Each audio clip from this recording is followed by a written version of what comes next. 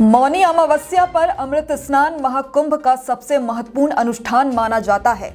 ये दिन इसीलिए भी खास है क्योंकि 144 साल के बाद दुर्लभ त्रिवेणी योग का संयोग बना है। इस वजह से करीब 10 करोड़ श्रद्धालुओं के कुंभ में शामिल होने का अनुमान है।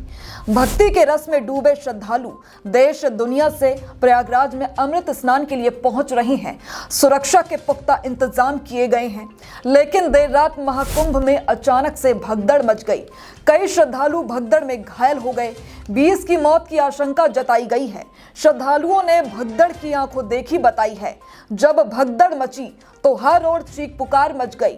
लोग जान बचाने के लिए इधर उधर भागने लगे। पुलिस प्रशासन ने किसी तरह स्थिति पर नियंत्रण पाया, घायलों को हॉस्पिटल पहुंचाया। घटना के बाद का मंजर बेहद दर्दनाक दिखाई दिया। चारों ओर श्रद्धालुओं का बिखरा सामान, जूते, चप्पल और कपड़े तितर बितर पड़े हुए थे। किसी का सामान खो गया तो किसी का अपना लापता हो गया। भगदड़ तब मची जब स्नान के बाद भीड़ को बाहर जाने का रास्ता नहीं मिला। कुछ लोग रास्ते में पड़े लोहे के कूड़ेदानों से टकरा गए, जिससे लोग गिर पड़े और उनके साथ अन्य लोग भी गिरते चले गए। श्रद्धालुओं का कहना है कि भीड़ में कुछ महिलाओं का दम घुटने लगा। इसके बाद महिलाएं एक दूसरे पर गिरने लगी। इस वजह से बैरिकेडिंग टूट गई और देखते ही देखते भगदड़ मच गई। वहीं एक एम्बुलेंस के ड्राइवर ने कहा कि वो 20 चक्कर हॉस्पिटल के लगा चुका है और अकेले करीब 35 मरीजों को हॉस्पिटल पहुंचा चुका है। इस भगदड़ के चश्मदीद विवेक मिश्रा ने कहा कि मैं भी उस वक्त वहीं था जब भगदड़ मची। भीड़ को यह समझ नहीं आया कि स्नान के बाद जाना कहां है।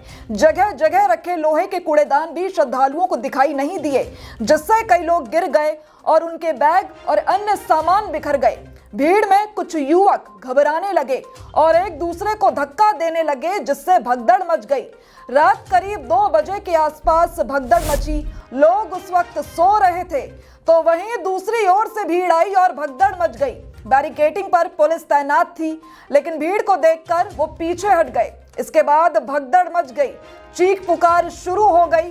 फिर घायलों को ले जाने के लिए एम्बुलेंस मौके पर पहुंची।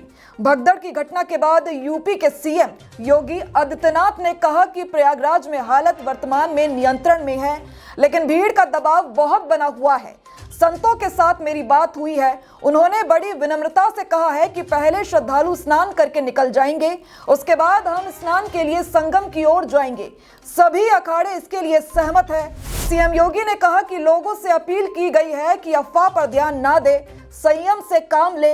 ये आयोजन लोगों का है, प्रशासन उनकी सेवा के लिए लगा हुआ है। सरकार मजबूती के साथ हर प्रकार का सहयोग करने के लिए तत्पर है। आवश्यक नहीं है कि संगम नोच की ओर ही आए। 15-20 किलोमीटर के दायरे में अस्थायी घाट बनाए गए हैं। आप जहां पर हैं वहीं पर स्नान करें।